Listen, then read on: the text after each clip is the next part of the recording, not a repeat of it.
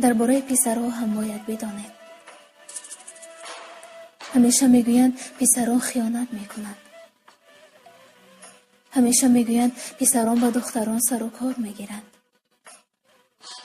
همیشه میگویند پسران فقط از خاطر هوس با دخترانند.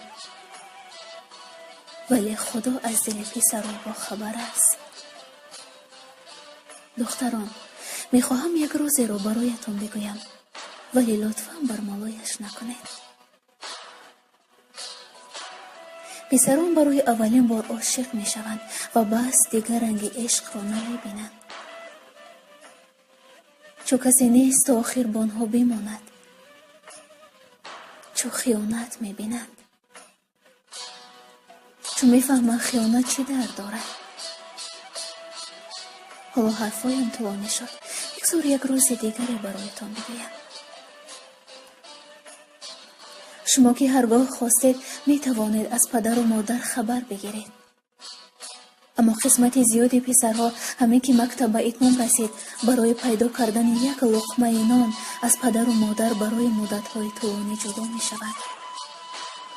می دانید چه سختی هایی می کشند در غریبی. حتی بعضی هایشان به دیدار مادر و پدر نرسیده از دنیا می گذرند و بعضی هایشان ناپدید می گردند. اگر شما ناراحت می شوید می روید بغل مادر تا آرام شوید. پسرها باشند می روند در یک کوچه تنها با مشکلات خود را آرام می سازند. باید پسر باشی. باید پسر باشی تا بفهمی پول گرفتن از پدر چقدر سخت است. باید پسر باشی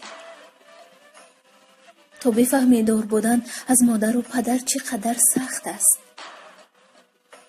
باید پسر باشی تا بفهمی 2 سال تنها در غربت سربازی کردن چقدر سخت است. باید پسر باشی تا بفهمی پیدا کردن شغل خوب چقدر سخت است. باید پسر باشی تا بفهمی دور بودن از زن و فرزند چقدر سخت است. باید پسر باشی تا بفهمی از دست دادن عشقت چقدر سخت است.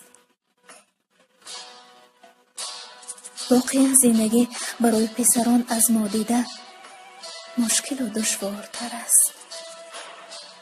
پس با پسرانم حق بده.